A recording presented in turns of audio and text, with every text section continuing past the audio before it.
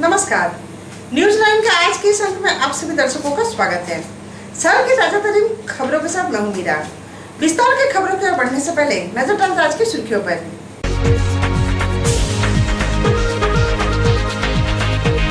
तीसरी थाना पुलिस ने गुप्त सूचना पर दुलियाकरण गांव के एक घर से प्रतिबंधित मांस किया बरामद।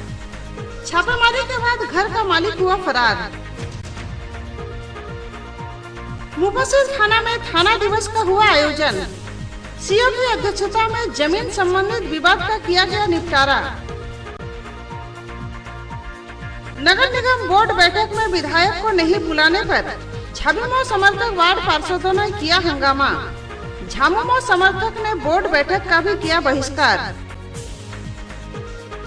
और मजदूर विरोधी नीतियों के खिलाफ संयुक्त मोर्चा ने सीसीएल एरिया कार्यालय में किया प्रदर्शन।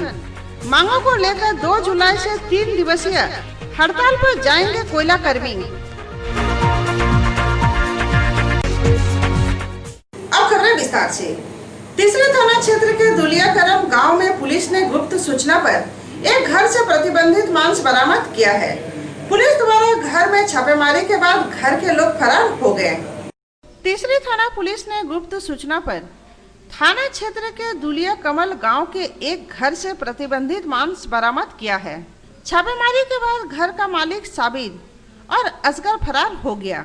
तीसरी वीडियो सुनील प्रकाश की मौजूदगी में तीसरी थाना के एएसआई रोशन सिंह और अमोद कृष्ण झा ने घर का ताला तोड़कर घर के अंदर डैक और फ्रिज में रखा प्रतिबंधित जब्त कर लिया। इस बाबत वीडियो सुनील प्रकाश ने बताया कि गुप्त रूप से सूचना मिली थी कि दुलियाकरण गांव के एक घर में प्रतिबंधित मांस का कारोबार किया जा रहा है। सूचना की पुष्टि के बाद छापेमारी की गई। उन्होंने कहा कि अवैध कारोबार में जिन लोगों की भी संलिप्तता है उन पर कठोर कार्रवाई की जाएगी। नगर निगम बोर्ड की बैठक गुरुवार को हंगामेदार रहा। गिरिडीह विधायक को बैठक में आमंत्रित नहीं करने पर झामुमो समर्थक वार्ड पार्षदों ने बैठक का बहिष्कार किया। गिरिडीह नगर निगम बोर्ड बैठक गुरुवार को संपन्न हुई। बैठक में गिरिडीह विधायक को आमंत्रित नहीं किए जाने से झामुमो समर्थक वार्ड पार्षदों ने जमकर हंगामा किया और बोर्ड बैठक पर मनमानी करने का आरोप लगाते हुए बैठक का बहिष्कार किया।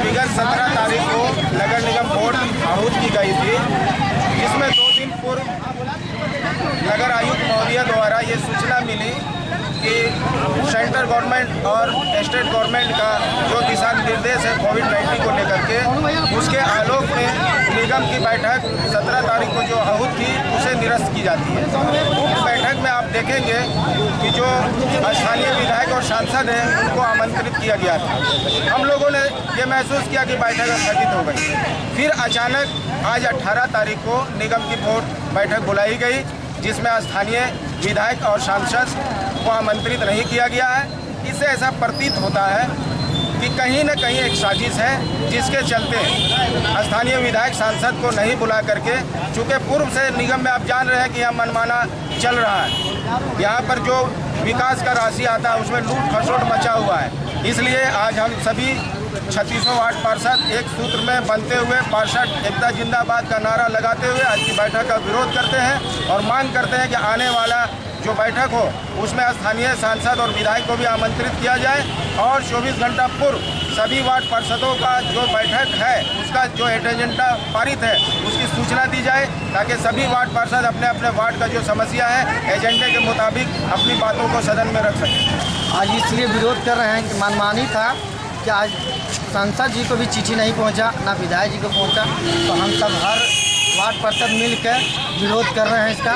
कुछ वार्ड पार्षद है और क्यों है उससे बात किया जाएगा। और कहना है 17 तारीख को जो मीटिंग था बोर्ड मीटिंग वो कैंसिल क्यों हुआ और क्यों आज 18 तारीख, इसका जवाब मिलना चाहिए। 17 तारीख की बोर्ड बैठक थी, अचानक इसको कैंसिल करके 7 तारीख को बोर्ड की बैठक को रखा गया है। राजनीति की तरह इसकी साजिश है, इसमें विधायक और संसद को निमंत्रण नहीं दिया गया है। हम चाहते हैं कि विधायक और संसद आते नगर निगम में तो हम लोग को कुछ न कुछ विकास के लिए और हम लोग योजना इससे हम लोग लाभ लेते हैं, क्योंकि नगर निगम में एक राजनीति का एगो मतलब पहलू बन चुका है, जिसको हम लोग चलने नहीं देंगे। बोर्ड बैठक में हम लोग को बुलाया गया है और हम लोग 3600 वार्ड पार्षद तय किए हैं कि जो हम लोग का वार्ड से समस्या है वो हम लोग को बता नहीं पा रहे हैं और सर लोग जो है अपना अपना मतलब मीटिंग में रख दिए हैं और हम लोग को क्या कुछ बोलने का मौका नहीं दिया जा रहा है। इसलिए हम लोग जो 3600 वार्ड पार्षद का जो निर्णय रहेगा वो मेरा भी निर्णय रहेगा और हम लोग का वार्ड का समस्या सुना जाए और देखा जाए। वही हंगामे के बाद बैठक में स्टैंडिंग कमेटी में लिए गए निर्णयों की संपुष्टि पर चर्चा किया गया। बैठक में निगम का स्रोत बढ़ाने, निगम क्षेत्र में स्ट्रीट लाइट, वकालत खाना में फेवर ब्लॉक व खुले नाले में स्लैब निर्माण कार्य पर विचार विमर्श किया गया। बैठक में एसडीएम सह नगर आयुक्त Prerna Dixit, mayor Sunil Paswan, deputy mayor Prakash Ram समेत सभी वार्ड पार्षद मौजूद थे। बोर्ड की बैठक पूर्व निर्धारित समय के अनुसार समय पर शुरू हुआ बैठक। इसमें जैसे पिछले बोर्ड की बैठक में जो निर्णय लिया गया था उसको संपुष्ट किया गया, उसकी संपुष्टि पर विचार था। और दूसरा था कोविड-19 पर चर्चा। तो हमारे जो भी सारे सदस्य थे, सारे सदस्यों के बीच चर्चा की गई। तो ऐसे क्षेत्रों में जहाँ पर छूट गया है कि सैनिटाइज नहीं हो पाया है या जिन गलियों का सफाई नहीं हो पाया है उनको पुनः युद्ध स्तर पर कार्य करा करके पूरा साफ सफाई कराया जाएगा और सैनिटाइज कराने पर चर्चा हुआ है इसमें। और गिरिडीह नगर निगम के आय स्रोत बढ़ाने पर विचार, चूँकि कोविड-19 को लेकर के पिछले 3-4 महीने से आय स्रोत एकदम बिल्कुल ये हो गया, जिससे कि हम अपने अभी स्टाफ के सैलरी देने पर भी आफत आ गई थी। इस पर चर्चा किया गया और इस चर्चा में सारे जितने भी हमारे शहरात हैं सबको या तो एक टीम बना करके उसका मुआयना किया जाएगा, नहीं तो रीटेंडर करा करके सारे चीज़ को किया जाएगा। गिरिडीह नगर निगम क्षेत्र में स्ट्रीट लाइट लगाने पर विचार। अभी वर्तमान समय में हम लोगों के पास 100 लाइट हैं। 100 लाइट में जैसे कि शहर के प्रमुख मार्गों पर जहाँ जहाँ अंधेरा रह रहा है वैसे जगहों पर लगाने की स्वीकृति दी गई है। और शेष अभी जो फिर खरीदारी होगा तो वैसे वार्ड में जो नए वार्ड में छूट गए हैं, नए वार्ड जो बड़े बृहद क्षेत्र है वैसे क्षेत्रों में लाइट लगाया जाएगा, ताकि उस क्षेत्र में भी अंधेरा नहीं रहे और सभी को रोशनी प्रकाश की व्यवस्था हो। देखिए, आज नगर निगम की बैठक में कुल 10 मुद्दे पर चर्चा हुई कि अभी जो हमारा इंटरनल सोर्सेज जो नगर निगम का है वो पर्याप्त नहीं है और उसके कारण जो नगर निगम में जो विकास होना चाहिए हम लोग नहीं कर पा रहे हैं। इसके लिए हम लोगों ने कहा है कि एक टैक्स रिवीजन कमेटी बनाकर, काफ़ी दिनों से टैक्स में रिवीजन नहीं हुआ है, बढ़ोतरी नहीं हुआ है, तो एक टैक्स रिवीजन कमेटी बनाकर और टैक्स को बढ़ाने का काम कुछ किया जाए, ताकि नगर में ज़्यादा से ज़्यादा अगर हमको आय होगा तो नगर निगम विकास के काम में तेज़ी लाएगी। और बाकी दूसरी बात है कि अभी जो गर्मी के सीज़न को देखते हुए अभी बहुत सारे कुआं जो है बहुत सारा कुआं जो नगर निगम के अंदर है वो भरा पड़ा हुआ है या इंक्रोचमेंट में है। तो हम लोगों ने निर्णय लिया है कि वो सारे कुआं को साफ़ किया जाएगा और जो इंक्रोचमेंट है उसको हटाया जाएगा, ताकि वो कुआं के माध्यम से भी हम पेयजल की आपूर्ति और कर सकें। मजदूर विरोधी नीतियों के खिलाफ संयुक्त मोर्चा ने गिरिडीह सीसीएल एरिया कार्यालय के समक्ष प्रदर्शन किया। आगामी 2, 3 और 4 तारीख को कोयला उद्योग में 3 दिनों का राष्ट्रव्यापी हड़ताल रहेगा। संयुक्त मोर्चा ने सीसीएल गिरिडीह महाप्रबंधक कार्यालय के समक्ष प्रदर्शन किया और एक मेमोरेंडम सौंपा। संयुक्त मोर्चा ने अपनी 5 सूत्रीय मांगों को लेकर पूर्व निर्धारित कार्यक्रम के तहत कोल इंडिया के सभी अनुशंसित कंपनियों के मुख्यालय के समक्ष विरोध प्रदर्शन किया गया, जिसमें कोयला खदानों के ऑक्शन पर रोक लगाने की मांग की गई। पूर्व प्रधानमंत्री श्रीमती इंदिरा गांधी ने कोयला उद्योग को प्राइवेट मालिकों से छीनकर उसका राष्ट्रीयकरण कर मजदूरों का हक दिलाया था, वही वर्तमान सरकार कोयला उद्योग को पूंजीपतियों के हाथों में देने की साजिश कर रही है। श्रम कानून में संशोधन से मजदूरों में काफी आक्रोश है। इसी कारण आंदोलन की रूपरेखा तैयार की गई है। श्रम कानून के तहत मजदूरों को जो सुविधा और अधिकार मिला हुआ है वे समाप्त कर दिए जाएंगे। मौके पर एनपी सिंह बुल्लू, प्रमोद सिंह, शिवाजी सिंह, राजेश सिन्हा, राजेश यादव, तेजलाल मंडल, अमित यादव समेत संयुक्त मोर्चा के नेतागण उपस्थित थे। कल के हमारे संयुक्त मोर्चा की जो मीटिंग हुई थी उसमें तय किया गया था कि सभी कंपनियों में जैसे हो रहा है 18 तारीख को हम लोग को भी महाप्रबंधक कार्यालय में जुट करके नाराबाजी करना है और एक मेमोरेंडम सौंपना है यहाँ के प्रबंधन को, ताकि उसको आगे भेज सके। और हम लोग 2, 3 और 4 को कोयला इंडस्ट्री में इन्हीं 5 मांगों के समर्थन में हम लोग हड़ताल करेंगे। अगर 2 तारीख के पहले मामले का निपटारा नहीं हुआ तो हम लोग निश्चित रूप से 2, 3, 4 को हड़ताल करेंगे और इसकी शुरुआत अब हो गई है। और कंपनी जो नाजायज़ काम कर रही है मजदूरों का शोषण का और कोयला इंडस्ट्री को बेचने का, इस सब को बंद करे, या नहीं तो हम लोग अब बहुत ही सीरियस मुकाम पर जा रहे हैं। आज 5 सेंट्रल ट्रेड यूनियन और इस कोयलियरी में जो भी कार्यरत मजदूर संगठन हैं उनके नेतृत्व में हम लोगों ने जो केंद्र सरकार की जो जन विरोधी और मजदूर विरोधी जो नीति है, कमर्शियल माइनिंग के खिलाफ, CMPDI को तोड़ने के खिलाफ और प्राइवेटाइजेशन के खिलाफ हम लोगों ने एक संयुक्त रूप से, और जो कोल ब्लॉक का आज जो नीलामी हो रहा है उसके विरुद्ध में एक ज्ञापन हम लोगों ने दिया है। और एक केंद्र सरकार को सभी यूनियनों सतर्क किया है कि ये जो सरकार है सिर्फ मुनाफा कमाने की सरकार नहीं होनी चाहिए। ये हमारा संविधान कहता है कि कल्याणकारी सरकार है। जहां पर जन कल्याण की बात हो वहां मुनाफा को दरकिनार किया जाता है। ये सरकार सिर्फ मुनाफा देख रही है। इंदिरा गांधी ने जब कोल इंडस्ट्री को निजीकरण के हाथों से हटा करके उसको सार्वजनिक उपक्रम घोषित किया था, तो हमारे मजदूरों की स्थिति का आज 80,000 लोग तनख्वाह पा रहे हैं। उस समय 8,000 मिलता था। अब प्राइवेट हो जाएगा तो वही स्थिति, मजदूर पुनः गुलामी के युग में जाएगा। उसी के विरोध स्वरूप आज हम लोगों ने ज्ञापन सौंपा। आज 2 सारे ट्रेड यूनियन मिल करके जो सरकार के निजीकरण के विरोध में और 5 जो मांगे हैं CMPDIL को अलग करने की और अन्य मांगे हैं को लेकर के जो हम लोगों ने हड़ताल का नोटिस दिया है। ये सरकार जो कोल ब्लॉकों को निजीकरण के हाथों बेच रही है, चाहे मजदूर के हितों का दरकिनार करते हुए सब जगह प्राइवेटाइजेशन कर रही है। इसके विरोध में सारे ट्रेड यूनियन आज हम लोग एक जगह जुट होकर के 2, 3, 4, 5 को स्ट्राइक की नोटिस दे रहे हैं। सरकार की जन विरोधी नीतियों के खिलाफ आज हम लोग स्पेशल यहाँ पे एक तरह से ज्ञापन देने के लिए पहुंचे संयुक्त मोर्चा की तरफ। उपायुक्त के निर्देश पर गुरुवार को मुफस्सिल थाना में थाना दिवस का आयोजन किया गया। इस मौके पर जमीन से जुड़े मामलों का निष्पादन किया गया। उपायुक्त के निर्देश पर गुरुवार को CO रविंदर सिन्हा की अध्यक्षता में मुफस्सिल थाना में थाना दिवस का आयोजन किया गया। थाना दिवस पर CO ने जमीन से जुड़े विवादों का समीक्षा किया और मामले से जुड़े विवाद के निपटारे के लिए संबंधित हल्का कर्मचारी से जांच प्रतिवेदन की मांग की। थाना दिवस पर CO ने दोनों पक्षकारों की दलीलें भी सुनी। इस दौरान दर्जन भर मामले थाना दिवस पर निपटारा के लिए आया। मौके पर थाना प्रभारी रत्नेश मोहन ठाकुर भी मौजूद थे।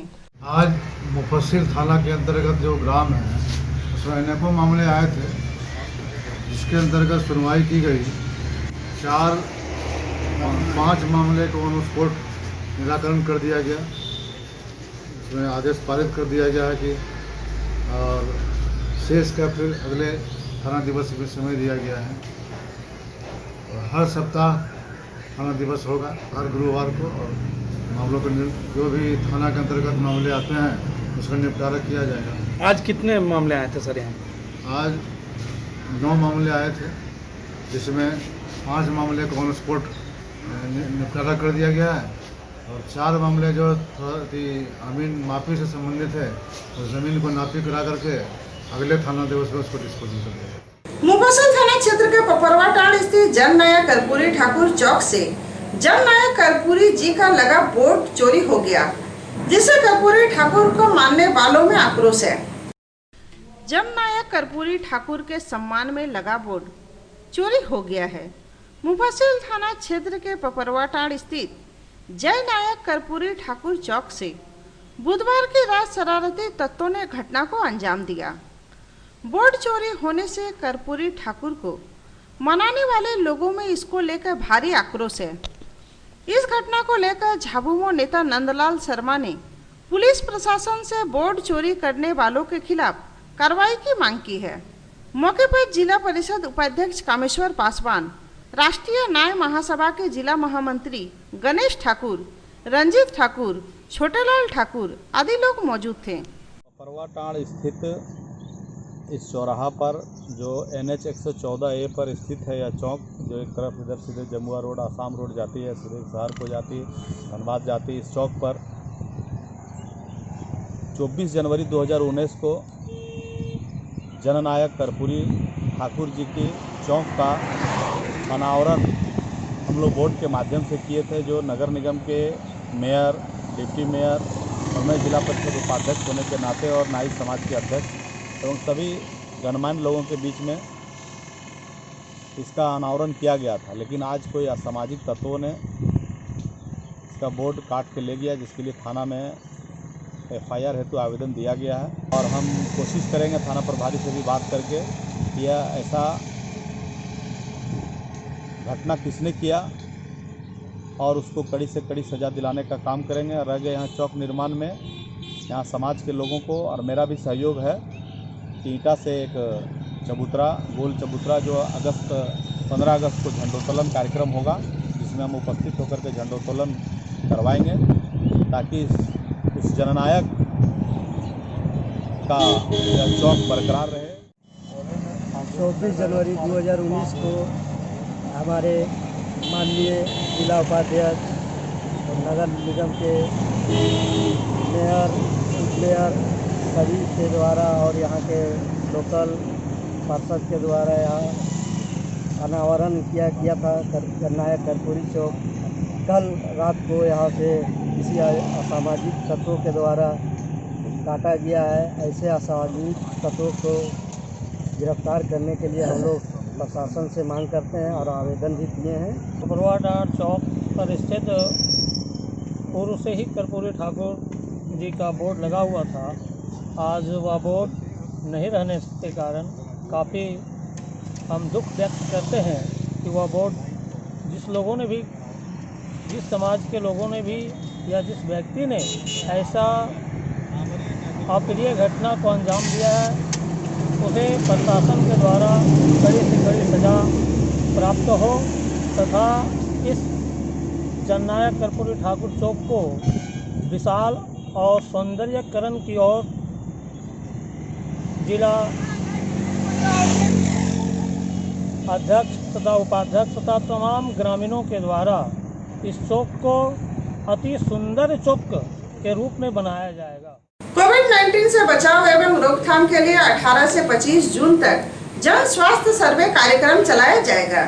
गुरुवार को सदर अस्पताल में जन स्वास्थ्य सर्वे जागरूकता रथ निकाला गया। कोविड-19 से बचाव एवं रोकथाम के लिए जिले भर में 18 से 25 जून तक जन स्वास्थ्य सर्वे कार्यक्रम चलाया जाएगा।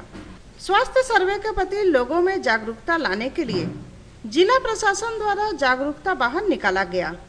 गुरुवार को सदर अस्पताल से उप विकास आयुक्त मुकुंद दास ने हरी झंडी दिखाकर स्वास्थ्य सर्वे जागरूकता रथ को रवाना किया। इस बाबत मुकुंद दास ने कहा कि जिले भर में कोविड-19 को देखते हुए सहिया ANM और सेविका द्वारा घर घर जाकर 40 वर्ष से ऊपर के व्यक्तियों की स्वास्थ्य जांच की जाएगी। मौके पर डॉक्टर सिद्धार्थ सनियाल आदि भी मौजूद थे। राज्य सरकार के निर्देश पर पूरे राज्य में और उसी के अनुसार गिरिडीह जिले में भी 18 से 25 जून तक हर घर का सर्वे करना है। कोरोना को ध्यान में रखकर उसका सिम्टोमेटिक सब जांच किया जाना है। उस उसमें प्रथम चरण में सर्वे है जो हमारे सहिया एवं आंगनबाड़ी सेविका मिलकर हर घर में सरकार द्वारा दिए गए प्रपत्र में उसका डाटा इनपुट किया जाएगा और उसमें सिम्टोमेटिक जो होगा जिसको जो जिस तरह से खांसी बुखार इत्यादि वगैरह है उसमें 40 वर्ष से ज़्यादा के लोगों का विशेष ध्यान करके फिर यहाँ स्क्रूटनी करेंगे। नोडल अफसर यहाँ डॉक्टर सन्याल साहब हैं, उनके नए नोडल अफसर बनाएंगे, ये सर्वे करके फिर स्टेट को रिपोर्ट करेंगे। स्टेट के रिपोर्ट के अनुसार फिर उसका गहन स्वास्थ्य जाँच होगी।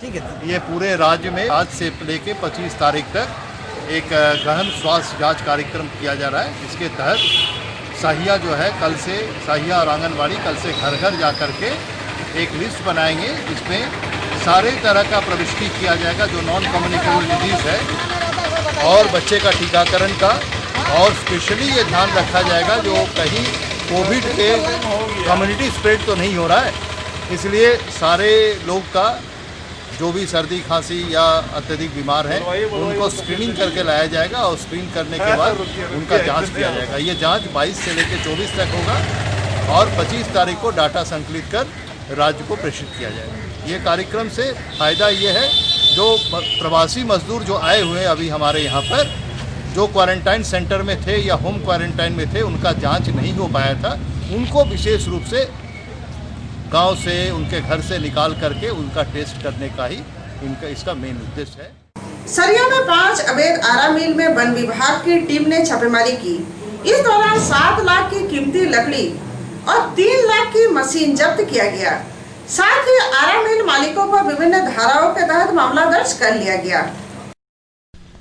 हजारीबाग पूर्वी वन प्रमंडल के डीएफओ स्मिता पंकज के निर्देशानुसार वन विभाग द्वारा सरिया क्षेत्र में चल रहे 5 अवैध आरा मिलों में छापेमारी की गई। इस बाबत प्राप्त जानकारी के अनुसार वन विभाग की पूरी टीम बुधवार को सरिया थाना क्षेत्र के कोयरीडी, मायापुर, पूर्णीडी व खैरा घाट गांव पहुंचकर 5 अवैध आरा मिलों में छापेमारी किया, जिसमें लगभग 7 लाख रुपए का सखुआ शीशम व अन्य कीमती लकड़ियां जब्त की गई। साथ ही लगभग 3 लाख रुपए का आरा मिल भी जब्त किया गया। जब्त लकड़ियों व मशीनों को सरिया वन कार्यालय ले जाया गया। इस संबंध में वन प्रक्षेत्र पदाधिकारी अभय कुमार सिन्हा ने बताया कि सरिया थाना क्षेत्र के उक्त 5 गांवों में अवैध आरा मिल संचालन की सूचना लगातार मिल रही थी, जिसके बाद वरीय पदाधिकारी के निर्देशानुसार छापेमारी की गई। उन्होंने बताया कि उक्त अवैध आरा मिल संचालक मायापुर के महेंद्र वर्मा, कोयरीडी के जागेश्वर वर्मा व दासो महतो, पूर्णाडेव के गौरी शंकर तथा खैरा घाट के रामू माझी हैं, जो भागने में सफल रहे। उक्त सभी आरोपियों के खिलाफ गैर जमानती अपराध की धारा लगाकर मामला दर्ज कर लिया गया है।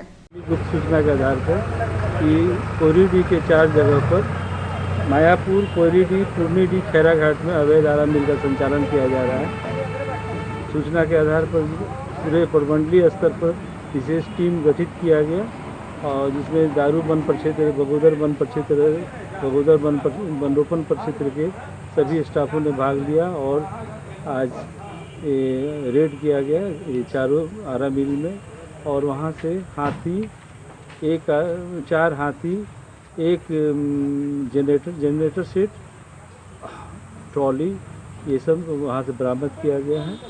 बहुत विभिन्न प्रजाति की लकड़ियाँ भी जैसे कटहल की 10 साल, शीशम, अकेसिया इत्यादि भी बरामद की गई है और सभी चीज़ों के को मिला के लगभग लागत मूल्य जो है 5 लाख की बरामदी की गई है। महारानी लक्ष्मीबाई के पुण्यतिथि पर जगन्नाथ डी पंचायत सचिवालय में उनके चित्र पर माल्यार्पण कर श्रद्धांजलि दी गई। पंचायत की मुखिया प्रमीला वर्मा ने मजदूरों के बीच सूखा राशन का वितरण किया और मजदूरों को मनरेगा से रोजगार मुहैया कराने का लक्ष्य रखा गया। जमुआ प्रखंड के ग्राम पंचायत जगन्नाथ डी सचिवालय में वीरांगना झांसी की रानी के पुण्यतिथि पर उनके तेलीय चित्र पर माल्यार्पण एवं दीप प्रज्वलित कर मनाई गई। इस अवसर पर राष्ट्रीय मानवाधिकार संरक्षण एवं अपराध नियंत्रण ब्यूरो के जिला संयुक्त सचिव योगेश कुमार पांडे उनके अदम्य साहस एवं वर्तमान परिप्रेक्ष्य में लक्ष्मीबाई के आदर्शों की प्रासंगिकता पर चर्चा की। साथ ही श्री पांडे ने कहा कि उनके पद चिन्हों पर चलकर बालिकाएं एवं महिलाएं पूर्ण रूप से आत्मनिर्भर व सुरक्षित रहेंगी। मुखिया प्रमिला वर्मा ने कहा कि लक्ष्मीबाई के जीवन अनुकरणीय और स्मरणीय है। साथ ही पंचायत के अप्रवासी मजदूरों के बीच सूखा राशन का किट वितरण करते हुए कहा कि पंचायत में अप्रवासी मजदूरों की संख्या के विरुद्ध सरकार द्वारा कम राशन उपलब्ध कराया गया है, जिसका आपसी विचार विमर्श के पश्चात सामंजस्य स्थापित कर वितरण किया जा रहा है। शेष आवंटन के लिए प्रशासन से मांग किया गया है। मुखिया प्रतिनिधि रंजीत कुमार ने कहा कि मनरेगा से मजदूरों को रोजगार मुहैया कराने के लिए हम प्रतिबद्ध हैं। आज जो है हम लोग जानते हैं कि झांसी की रानी जो थी वो एक वीरांगना थी। अंग्रेजों का था तो उन्होंने इकट्ठा किया था। वैसी जो वीरांगना इस धरा पर बहुत ही गिरले मिलते हैं। आज झांसी की रानी जो है लक्ष्मीबाई, उनका आज पुण्य तिथि है। हम लोग जो है उनसे एक सीख लेते हैं, हम अपनी बेटियों को झांसी की रानी की तरह बनाएं। आज हम सभी ये संकल्प लेते हैं। प्रवासी मजदूरों के लिए जो खाद्य सामग्री की उपलब्ध कराया गया है, उसका आज वितरण किया जा रहा है हमारे पंचायत भवन जगन्नाथ जी में। लगभग 350 मजदूर बाहर से आए हुए हैं, लेकिन हमारे पंचायत में मात्र 160 लोगों के लिए किट मुहैया कराया गया है प्रखंड से। तो हम लोग प्रयासरत हैं कि जो अति गरीब है, एक घर से एक ही आदमी को किट मुहैया करा पा रहे हैं। और हम लोगों ने सार्थक पहल करते हुए मनरेगा का योजना भी सैंक्शन करवाया है, जिसमें जो प्रवासी मजदूर हैं वो वहाँ मजदूरी करेंगे। फेयर प्राइस डीलर्स एसोसिएशन की एक बैठक आयोजित की गई। बैठक में डीलर्स एसोसिएशन के पदाधिकारियों ने चूड़ा मरांडे हत्याकांड समेत कई मुद्दों पर चर्चा की। Fair price dealer association Giridih के पदाधिकारियों की बैठक नगर अध्यक्ष के निवास स्थान पर की गई, जिसमें मुख्य रूप से दुमका जिले के गोपी कांदर प्रखंड के जन वितरण प्रणाली के विक्रेता चूड़ा मरांडी की निर्मम हत्या के मद्देनजर जिले के सभी राशन विक्रेता राशन वितरण करते समय काला पट्टी लगाकर काम करेंगे तथा उन्होंने सरकार एवं प्रशासन से मांग की है कि विक्रेताओं की सुरक्षा एवं 50 लाख जीवन बीमा योजना का लाभ देना सुनिश्चित किया जाए तथा मृतक परिवार सरकार द्वारा आर्थिक सहायता एवं आश्रितों को सरकारी नौकरी दी जाए। अंत में मृतक आत्मा की शांति हेतु 2 मिनट का मौन रखा गया। इस बैठक में एस अजहर अंसारी, सूरज गुप्ता, राजेश बंसल, संजय झा, नंदकिशोर प्रजापति, अमित सिन्हा, इंद्रजीत चक्रवर्ती उपस्थित थे। आज पचम्बा के गिरिडीह डीलर एसोसिएशन के नगर अध्यक्ष श्री सैयद अजहर आलम के निवास स्थान पर एक जन वितरण विक्रेताओं की आवश्यक बैठक रखी गई। बैठक में निर्णय लिया गया कि विगत कुछ दिन पहले दुमका के गोपी कांदर प्रखंड में एक कार्डधारी के द्वारा डीलर को लाठी से वार किया गया था। डीलर की इलाज के क्रम में मौत हो गई। इसके विरोध स्वरूप हम लोगों ने पूरे झारखंड में यह निर्णय लिया है कि 18 तारीख से 25 तारीख तक सभी जन वितरण विक्रेता काला बिल्ला लगा करके अनाज का वितरण करेंगे। काला बिल्ला लगाने का औचित्य है कि राज्य सरकार को हम विरोध स्वरूप यह बताना चाहते हैं काला बिल्ला लगा करके कि आज जो जन वितरण विक्रेता आज सुबह के 3.25 करोड़ जनता का पेट भर रहा है, वो अपने आप को असुरक्षित महसूस कर रहा है। आज वो अपनी जान जोखिम में डाल करके सभी का पेट भर रहा है, लेकिन वो खुद भूखा है। और इस तरह की घटना हो जाती है, जिस तरह की घटना दुमका में हुई है, तो डीलर माने मायूस होकर के राशन वितरण ठप कर देंगे। इसलिए ये 7 दिन काला बिल्ला लगा करके हम प्रशासन को और झारखंड सरकार को यह कहना चाहते हैं कि आप हमें समुचित सुरक्षा मुहैया कराइए और सभी जन वितरण विक्रेता का 50 लाख का बीमा जिस तरह महाराष्ट्र और उत्तराखंड सरकार ने करवाया आप करवाइए, तभी तो हम आगे आपका सहयोग दे सकेंगे, नहीं तो फिर हमें उग्र आंदोलन के लिए बाध्य होना होगा। आज का फिर मिलते अगले कुछ और खबरों के साथ। तब तक के लिए दीजिए पूरी टीम को इजाजत। नमस्कार।